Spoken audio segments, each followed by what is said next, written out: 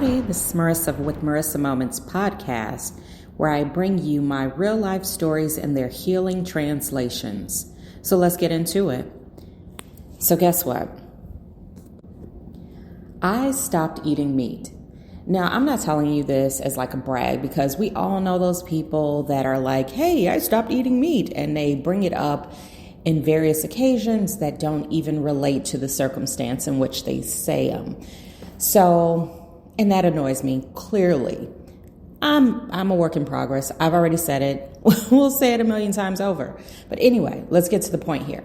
So I stopped eating meat several months back. I don't know, 4, 5, 6 months ago. And everything's been great. No complaints, right? However, I do notice that I often still crave meat. And it's interesting because when I first started out, it wasn't really a problem. I would just, make my little salad or eat air and cry. And because I didn't know what I was doing, and, you stop eating meat, you're used to eating meat, and you're like, what the hell am I going to eat? I'm going to eat air. Okay, good night. I'll eat some sleep. Anyway, so what am I rambling on about, right? Recently, when I make meals for my family, because everyone still eats meat, I don't force anything on anyone because everybody chooses their own path, right? So I've been wanting to just take a little piece of sausage, eat it. I don't, but I want to. Now, again, why am I talking about this? Why am I rambling on about this new diet choice that I've made? I know, let me tell you. Because a lot of times on this journey, I've found that it's the same type of situation and circumstance with toxic behaviors, scenarios, all those types of things, right? We all know people that we've either been in our lives previously or are currently in our lives that may elicit some toxic behaviors. Now, I'm not going to say that they're toxic people. I'll leave that to your own devices, right?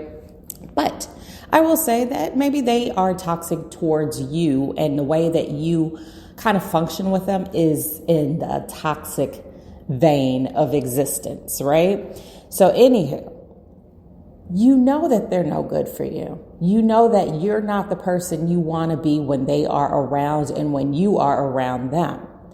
However, you still crave their presence, even though you completely know that this is not where you're supposed to be.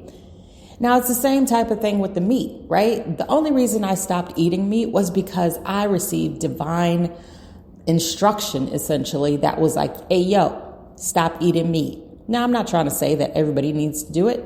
I'm just saying that I needed to do it. And once I stopped eating meat, then I started receiving way more downloads. Again, I'm not putting out a commercial for your diet, eat what you want, via con Dios.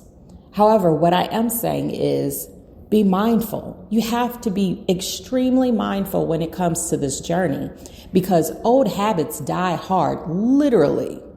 Sometimes you may be doing something new and embodying this new higher version of yourself.